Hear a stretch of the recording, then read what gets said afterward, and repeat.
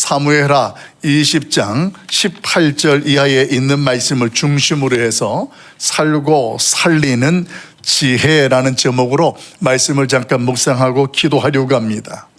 우리나라 말에도 이런 속담이 있습니다. 말 한마디가 천냥빛을 갚는다. 어쩌면 그 지혜로운 말 한마디가 어떤 위기나 문제를 해결하고 넘어갈 수 있다는 의미를 담은 이야기가 우리나라에도 익숙해져 있고 다 전해져 알고 있습니다. 이 지혜라는 것, 성경을 통해서 우리가 알고 있는 최고의 지혜자는 뭐니 해도 이 솔로몬이라는 사람을 우리는 빼놓을 수 없습니다. 가장 최고의 지혜자, 그 솔로몬이 기록한 성경이 있는데 그 성경이 다른 것이 아니라 이 잠언서라는 성경을 보면 하나님께서 이 솔로몬을 통하여서 이 시대를 살아가는 저와 여러분에게 참 지혜가 무엇인지를 알게 해주는 말씀으로 오늘 성경 가운데 자리하고 있습니다. 그 잠언서에서 이야기하는 거예요. 그 지혜라는 것은 뭐냐? 세상에 그 어떤 값진 보물보다도 가치 있는 것이 바로 지혜다, 이렇게 선언합니다. 그래서 그 지혜는 세상의 다른 가치와 비교할 수도 없고 바꿀 수가 없는 것, 이것이 바로 잠언서를 통하여서 저와 여러분에게 말하고 있는 성경에서 말하는 지혜의 정의입니다. 그런데 그 지혜라는 것에 대해서 성경은 또 우리에게 한 걸음 더 나아가서 무엇을 깨닫게 하냐면 그 지혜는 학습이나 우리 인간들의 어떤 훈련을 통하여서 가능하거나 그 지혜가 채워지는 것이 아니고 오늘 그 지혜는 예수 그리스도를 믿는 것이 오늘 우리에게는 가장 큰 지혜다, 이렇게 선언합니다. 그러니까 이 말을 조금 더 쉬운 말로 바꾸면 그렇습니다. 하나님 앞에서 내가 예수 그리스도를 믿음으로 이제는 나의 옛사람은 사라지고 새로운 피조물로 살아가게 된다는 것을 깨닫는 사람, 이것이 바로 지혜 있는 사람이다. 성경은 그렇게 선언한다라는 것입니다. 사랑하는 성도 여러분, 여러분들은 오늘 지혜 있는 자로 이 자리에 함께 계신 줄로 믿습니다. 아멘. 예수 그리스도로 발명한 내가 새로운 피조물이 되었다라는 사실을 깨달으면 우리 안에 이미 뭐가 있다고요? 지혜가 있는 거예요. 거기에 한 걸음 더 나아가서 오늘 그동안 내가 살아왔던 방식이 세상의 방식이 아니라 하나님의 방식대로 살아가는 삶을 살아간다면 그 인생을 성경은 어떻게 표현하느냐? 지혜로운 삶을 사는 사람이다. 할렐루야. 그러니까 새로운 피조물이 되어졌다라는 정체성과 그리고 새로운 피조물은 하나님 앞에서 그동안 내가 살던 삶의 방식이 바뀐 삶의 모습으로 살아가면 이것이 지혜로운 삶을 사는 사람이다. 이렇게 성경은 다양한 말씀을 통하여서 저와 여러분을 깨닫게 합니다. 결국 이 모든 내용을 한마디 한 줄로 정리하면 그렇습니다. 내 안에 예수 그리스도가 계시면 나는 지혜로운 사람이고 예수 그리스도가 없으면 나는 지혜 없는 자가 된다라는 이야기예요. 그래서 예수 그리스도를 믿으면 우리 안에는 그 예수 그리스도를 통하여 우리 안에 하나님의 지혜라는 것이 우리 안에 생기는 거예요. 그래서 예전 같으면 내가 그렇게 말하지 못했고 그렇게 행동하지 못했을 것인데 내가 예수님을 믿고 나서부터 나의 말하는 것이나 행동하는 것이 달라지게 되는 거예요. 도전되는 거예요. 이렇게 바뀌어지는 것들이 오늘 예수 그리스도를 중심으로 해서 지혜 있는 자고 지혜로운 삶을 살게 된다. 그래서 이 지혜로운 자라는 것에 대해서 예수님께서는 뭐라고 말씀하셨냐면 나를 믿는 자는 영생을 얻었다, 이렇게 선언해요. 그러니까 예수 그리스도를 믿는 자는 지혜가 있는데 그 지혜를 무엇과 같다고 지금 성경은 선언해 주고 있냐면 생명이 있는 것, 영생이 있는 것과 같다라고 설명해 주는 거예요. 그런 말씀들을 묵상하면서 성경 속에서 오늘 누군가를 살리고 또 자신도 살았던 성경의 인물들, 지혜 있는 사람들이 참 많이 소개됩니다. 여러분 가운데에 지혜 있는 모습으로 지혜로 말미암아 자신도 살고 또 다른 누군가도 살게 했던 사람, 대표적인 사람이 누구라고 떠올라지십니까? 아마도 공통적으로 그러면 아마도 이스라엘의 사람의 유대인이었지만 다른 이방의 왕후가 되었던 에스더라는 사람을 떠올릴 것입니다. 히브리 민족이 모두가 다 모함을 받아서 죽을 수밖에 없는 민족의 위기였습니다. 그런데 그 위기 가운데에 한 여인, 죽으면 죽으리라는 그 하나님의 지혜를 가진 에스더가 죽음을 각오하고 왕에게 나아갔고, 그에게 왕에게 나아가서 그 일들을 함께 공감하게 되면서 어떻게 되어집니까? 죽음의 위기에 있었던 민족이 살게 되어지는 은혜를 입었던 사실, 그것이 바로 에스더를 통해 있었습니다.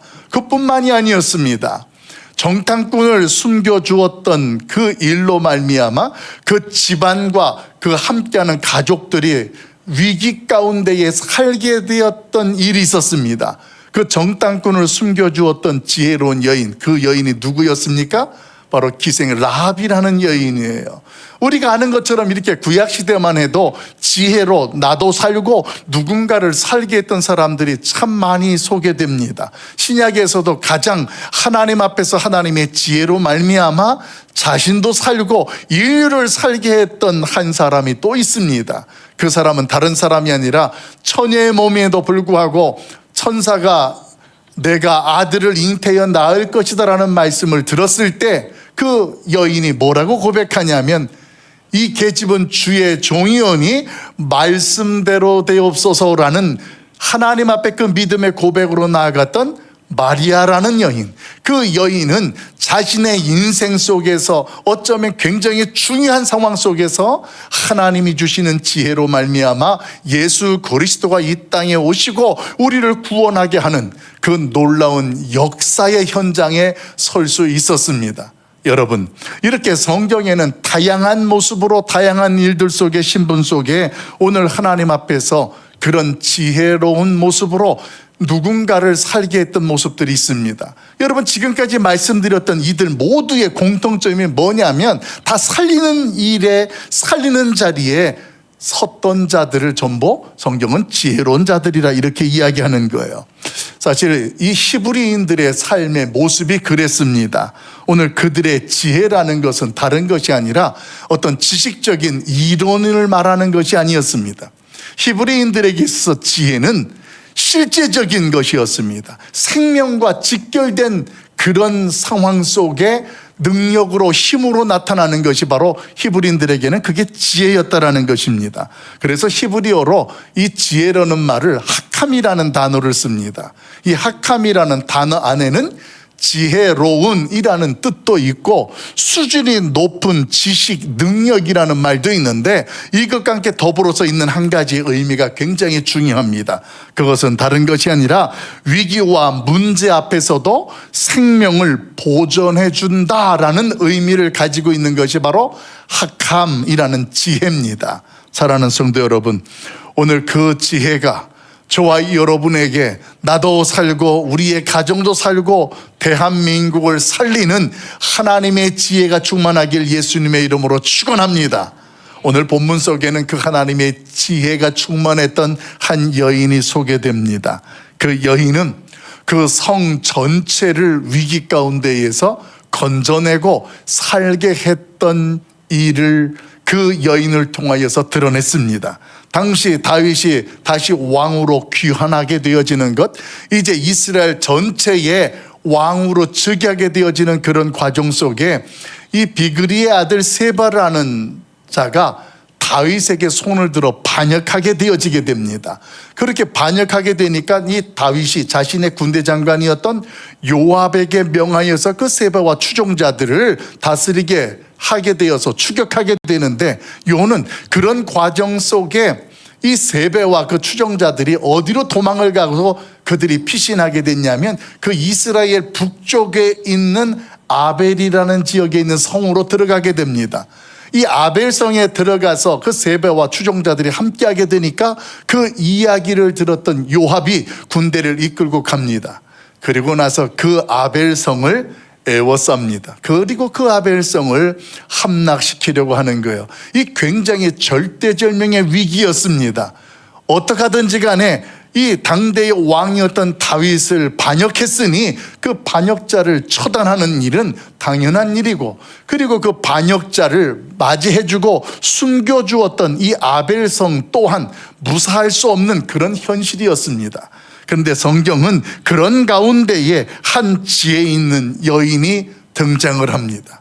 그 지혜 있는 여인이 등장하여 요압 장군과 함께 대화를 하고 담론을 합니다. 그런 과정으로 말미암아 멸망할 수밖에 없었던 그 아벨성의 사람들이 모두가 다 구원을 받게 되어지고 다시 평화를 누리게 되어지는 말씀, 그게 저와 여러분이 읽었던 본문의 말씀입니다.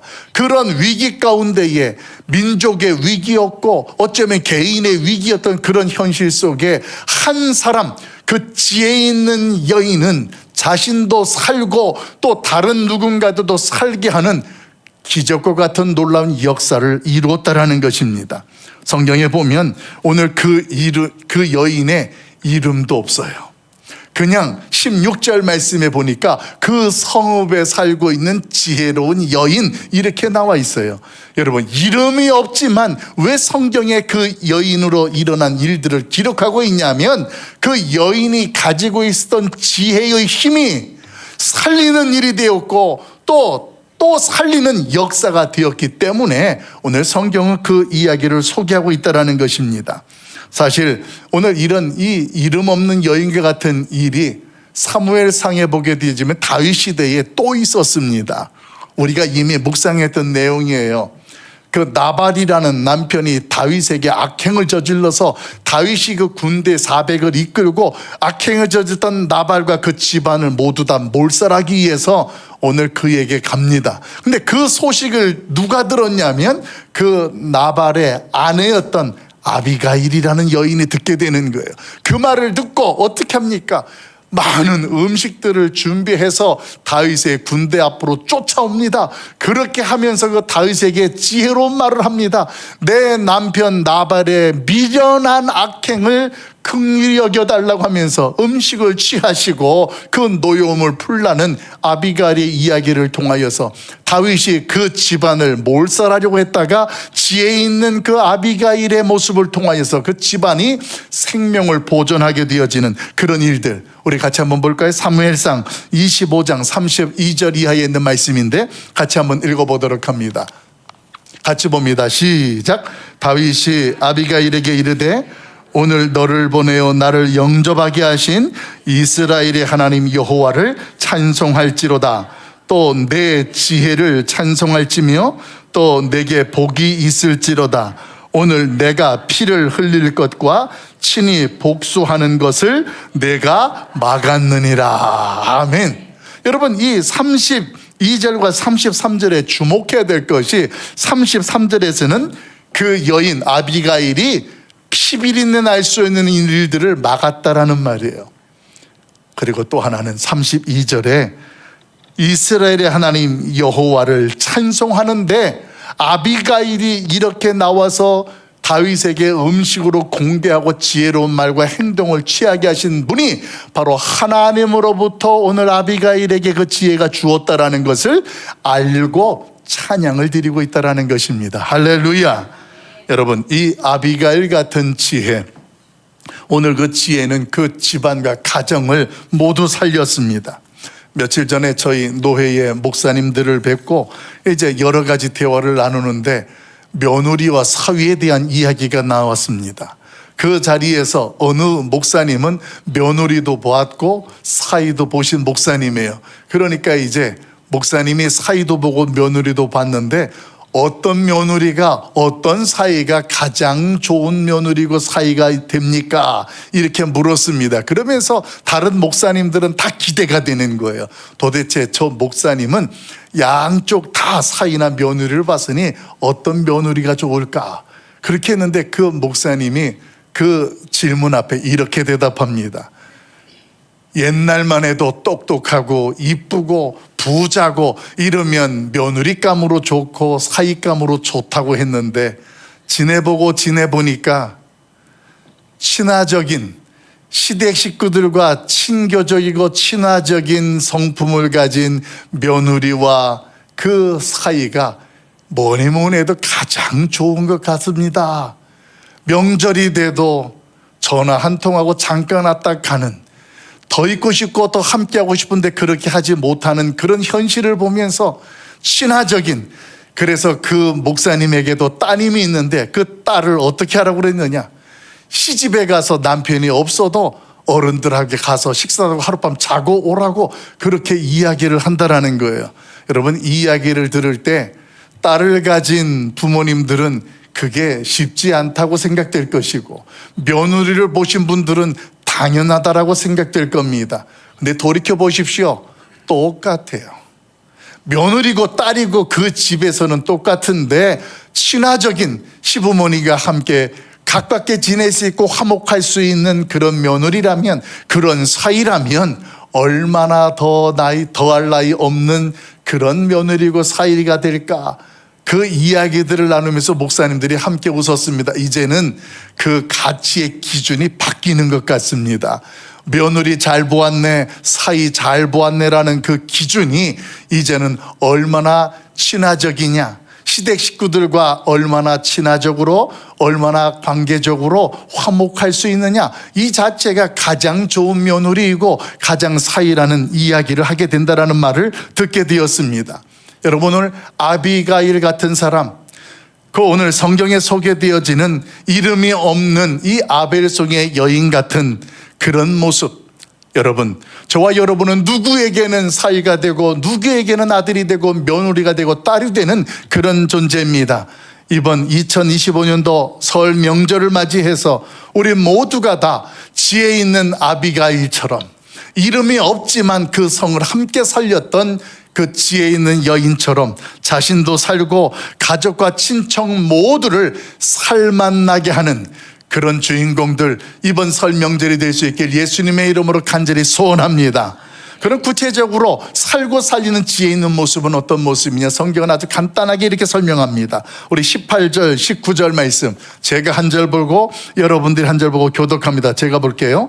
여인이 말하여 이르되 옛 사람들이 흔히 말하기를 아발에게 가서 물을 것이라 하고 그 일을 끝내었나이다. 나는 이스라엘의 화평하고 충성된 자 중 하나이거늘 당신이 이스라엘 가운데 어머니 같은 성을 멸하고자 하시는도다. 어찌하여 당신이 여호와의 기업을 삼키고자 하시나이까 하니. 아멘. 여러분, 지금 앞에서 설명을 드린 것처럼 아벨성은 지금 위기예요. 다윗과 그 군대가 와서 그 성을 에워싸고 그 성 바깥으로 토성을 싸서 그 성을 파괴하고 함락시키려고 하는 그런 현실이었습니다. 그런데 그런 현실 가운데에 한 지혜로운 여인이 딱 등장을 합니다. 그리고 그 여인이 등장을 하여서 당시에 이 다윗의 군대 장관이었던 요압과 단판을 짓는 거예요. 근데 그 내용을 가만히 보십시오. 그 내용을 보게 되어지면 그 여인이 얼마나 지혜로운지를 성경은 우리에게 보여줘요. 그 지혜의 핵심은 여기에 있습니다. 누구나 눈으로 보이는 현실과 위기의 상황을 그 여인은 신앙의 눈으로 보고 있다는 것입니다.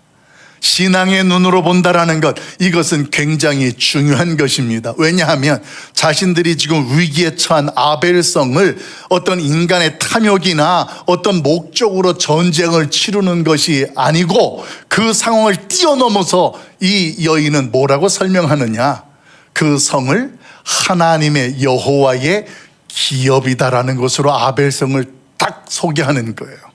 누가 보면 그냥 아벨성인데 오늘 그 여인은 요압에게 뭐라고 말한다고요? 이 성은 단순한 성이 아니라 여호와의 기업이다, 이렇게 말하고 있다는 것입니다. 여러분, 오늘 성경에서 이 지혜로운 여인이 그 이야기를 하면서 자기를 소개하는 내용이 있습니다. 우리 방송실 도와주는데 같이 한번 읽어봅시다. 지혜로운 여인이 자기를 소개하는데 어떻게 소개하냐, 같이 읽어요. 시작. 나는 이스라엘의 화평하고 충성스러운 자여 이 성읍은 하나님의 기업이라 했습니다. 아멘.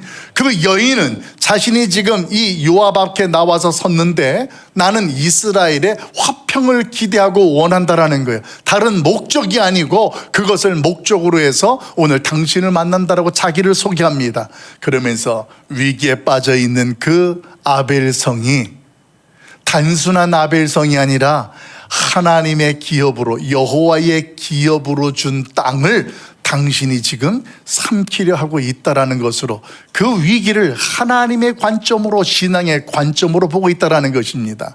여러분, 명절이 되게 되면 우리 며느리들이나 우리 자녀들이 왜 불편해할까요?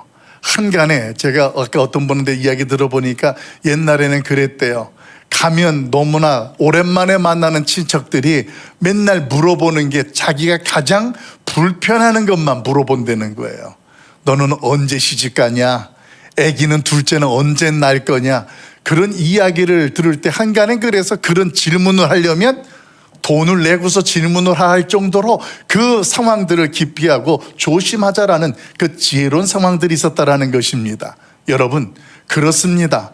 우리가 어떤 현실 속에서, 내가 어떤 상황 속에서 누구에게 무슨 말을 들었거나 어떤 문제 앞에 직면했을 때 우리 안에는 뭐가 생기냐면 그로 말미암아 이 감정이라는 것이 일어나요. 처음에는 그렇지 않았던 감정인데 그 친척들을 만나고 또 식구들을 만나고 대화를 하다 보면 자꾸만 어떤 문제가 더 크게 발단이 되고 안 가졌던 시선들이 우리 안에서 감정으로 일어나는 일들이 일어나고 그런 일들이 실제로 있다라는 것입니다. 여러분, 그런 현실 가운데에 이번 명절에 살고 살리는 지혜로운 모습은 어떤 모습이에요? 지금 일어나고 있는 문제가 있던, 어떤 상처가 있던, 어떤 위기 가운데 처해 있던 간에 이것들에게서 우리가 하나님 앞에서 이제는 하나님의 백성이고 하나님의 지혜가 예수님을 통하여서 우리 안에 소유가 되었으니 감정의 눈이 아니라 현실을 바라보는 것이 신앙의 눈으로 바라보고 신앙의 눈으로 그 모습들 속에 반응할 수 있기를 예수님의 이름으로 간절히 소망합니다. 오늘 이 요압 앞에 그랬다라는 거예요. 그 여인도 동일하게 두려울 수 있어요. 위기인 것을 알아요. 그러나 이 성은 이미 오래전 사사시대 이후에 여호수아 때부터 이 성을 하나님께서 약속하셨고 그 지파대로 이것을 제비를 뽑아서 자신의 성읍으로 하나님이 기업으로 주셨는데 지금 요압이 이 성읍을 삼키고 파괴하는 일은 무엇이라는 거예요? 하나님의 기업을 무너뜨리고 파괴하는 일이니 요압이여, 당신은 그 일을 멈추세요. 하나님의 관점으로 오늘 그 요압을 대하고 있다는 것입니다. 그때 요압이 그 이야기를 듣고 있습니다. 그러면서 그 생각에 잠겨 있을 때에 여인이 한마디를 더 하는 거예요. 그런데 당신은 왜 어머니의 성 같던 이 아벨성을 파괴시키려고 합니까? 사랑하는 여러분, 오늘 그 이야기를 통하여서 이 요압이 새로운 관점으로 이 아벨성을 바라보게 됩니다. 그 성을 바라보면서 상황이 결국 이렇게 된 것은 다른 것이 아니라, 다른 이유가 아니고 다윗 왕에게 반기를 들었던 세바 때문에 이렇게 되어진 일이니까 다른 거 아무것도 필요 없다. 우리는 이 성을 지금 파괴하려고 온 것도 아니다. 그 세바만 내어주면 내가 이 일들에게서 조용히 돌아가겠다 하는 그 결론을 내리게 되었습니다. 여러분, 오늘 이런 모습들에 우리가 묵상하면서 히브리인들의 삶을 빼놓지 않을 수 없습니다. 그 히브리인들은 그 인생 가운데 어떤 문제가 생기고 어떤 위기를 봉착을 하면 그들은 그때에 자신들이 믿는 하나님을 바라보는, 하나님을 믿는 신앙의 관점으로 오늘이라는 현실과 그 문제를 바라봤다라는 것이에요. 그래서 그들 가운데에 오늘 읽었던 18절 말씀에도 소개되는데, 그 18절의 말씀에 보게 되어지면 어떤 위기가 닥쳤을 때 옛적부터 이 성에 많은 사람들이 하나님께 물으러 왔었다라는 이야기를 합니다. 그 말은 그 아벨성에 하나님의 뜻이 무엇인지를 알려주는 랍비들이 많이 있었고, 오늘 그 랍비들을 통하여서 히브리 민족들은 위기 때마다 문제 때마다 아벨성에 있던 사람들은 하나님의 뜻을 구하고 그 하나님의 관점대로, 하나님의 말씀대로 그 문제들을 해결해 나아갔던 그런 일들이 익숙해져 있었다라는 것입니다. 여러분, 오늘 저와 여러분의 가정과 인생 속에 어쩌면 해결할 수 없는 문제가 있고 어떤 위기를 만났다면 그 문제와 위기 앞에 여러분은 어떻게 반응하시겠습니까? 어떻게 대처하고 계십니까? 무엇보다도 오늘 이름 없는 그 여인처럼 현실 속에 보는 것들보다도 이것을 뛰어넘어서 내게 하나님께서 예수 그리스도가 주시는 지혜로 오늘 신앙의 눈과 관점으로 그 문제와 그 사람과 그 현실을 바라볼 수 있길 예수님의 이름으로 축원합니다. 놀라운 일이 일어납니다. 왜냐하면 그때까지만 해도 길이 없는 것 같고 방법이 없는 것 같았는데 그 문제와 위기를 하나님 말씀 앞에 비추었더니 보이지 아니했던 길들이 보이는 거예요. 그런 길들이 열리기 시작하는 거예요. 여러분, 2025년도 이번 설 명절에 저와 여러분이 어디에 있든지 어떤 사람들과 어떤 상황 속에 놓여 있든지 간에 신앙의 눈으로 우리의 친척들과 형제들을 바라보시고 감정들의 눈을 뛰어넘어서 하나님의 눈으로 하나님의 마음으로 오늘 그들과 말씀도 나누고 관계를 맺음으로 나도 살고 누구도 살리는 놀라운 역사가 있는 지혜로운 사람들이 되길 간절히 소망합니다. 이 지혜로운 사람에 대하여 유진 피터슨 목사님은 이렇게 이야기합니다. 그가 말하는 지혜로운 사람, 우리 방송시 볼까요? 같이 읽어봅니다. 시작. 인생의 위기 가운데 하나님 앞으로 나아가는 모습은 보석 중의 보석이요 하나님의 마음을 움직이는 열쇠와 같습니다. 예, 맞습니다. 지혜로운 사람의 모습은 마치 보석 중에 보석의 어떤 사람, 하나님 앞에서 신앙의 관점으로 하나님의 뜻을 묻는 거예요. 그때 하나님의 마음이 움직여지면서 오늘 그 문제가 열리고 해결되어지는 열쇠가 바로 지혜로운 사람을 통하여 나타난다. 여러분, 우리의 현실적인 문제가 얼마나 힘들고 어렵든지 그 문제보다 크고 위대하신 그 하나님을 주목할 수 있길 예수님의 이름으로 축원합니다. 이번 명절 가운데에 나도 살고 누군가를 살리는 우리 가락성산교 성도 되길 예수님의 이름으로 축원합니다. 그러면서 한 가지 선행적으로 놓치지 말아야 될 것이 있어요. 오늘 그 말씀 21절과 22절 제가 먼저 봅니다. 그 일이 그러한 것이 아니니라. 에브라임 산지 사람 비그리 아들 그의 이름을 세바라 하는 자가 손을 들어 왕 다윗을 대적하였나니 너희가 그만 내주면 내가 이 성벽에서 떠나가리라 하니라. 여인이 요압에게 이르되 그의 머리를 성벽에서 당신에게 내어 던지리이다 하고 이에 여인이 그의 지혜를 가지고 모든 백성에게 나아가매 그들이 비그리 아들 세바의 머리를 베어 요압에게 던진지라. 이에 요압이 나팔을 불매 무리가 흩어져 성읍에서 물러나 각기 장막으로 돌아가고 요압은 예루살렘으로 돌아와 왕에게 나아가니라. 아멘. 말씀 속에 보면 그 위기가 풀리기 시작을 합니다. 해결이 되는 거예요. 그 지혜로운 이름 없는 여인의 말과 요압이 그 위기에 빠진 아벨성을 구원하게 되고 피 흘리지 않는 평강과 안정감을 누리겠다라는 것입니다. 그런데 어떻게 가능했습니까? 그들은 지금 이 아벨성을 파괴하는 게 목적이 아니었어요. 다윗을 반역해서 도망와 숨어있는 세바가 목적이었다라는 거예요. 세바 때문에 지금 이 위기가 찾아왔다라는 거예요. 여러분, 우리의 인생 가운데에 상상할 수 없는 위기와 문제들을 만납니다. 오늘 그런 위기와 문제 가운데에 왜 이런 일들이 우리는 일어날까? 왜 생길까? 아마도 한두 번씩 고민을 해보셨을 것입니다. 근데 성경은요, 우리 인생이 겪는 고통에 대하여서 이렇게 설명해 줍니다. 우리 세 가지로 제가 여러분에게 말씀을 정리해 드릴 수 있는데 우리 방송식 도와줄까요? 우리 인생의 고통의 원인, 첫째는 뭐라고요? 우리의 죄에 있습니다. 그렇습니다. 오늘 아벨성의 위기는 반역했던 세바 때문이었습니다. 그런데 그 지혜로운 여인은 당신이 원하는 것을 알았으니 세바를 내어주겠다. 다시 말로 바꿔 말하면 저와 여러분의 인생 가운데 고통과 위기 가운데 있는 원인이 죄 때문인 것을 알게 된다면 우리 안에서 그 죄를 뽑아내야 되는 것, 이 죄를 제거하는 것이 오늘 저와 여러분에게는 굉장히 중요한 줄로 믿습니다. 그러기 위해서는 나만 알고 있고 내가 감추어두고 외면했던 죄에 대하여 인정을 해야 돼요. 그 인정한 죄악을 하나님의 십자가 앞에 나아가서 고백하고 회개하는 결단하는 모습으로 나아가는 거예요. 여러분, 설 명절을 만나면 이번에는 행복하게 마무리하고 잘 와야지라는 생각들을 가지고 가는데 왜 그렇게 마음 한구석에 껄쩍하고 불편한 마음들이 남는가 하면 그 생각과 함께 현실 속으로 이어지지 않아서 그렇습니다. 여러분, 누군가에게, 자신에게서나 누군가에게 부끄럽지 않은 말과 행동을 하시길 예수님의 이름으로 소망합니다.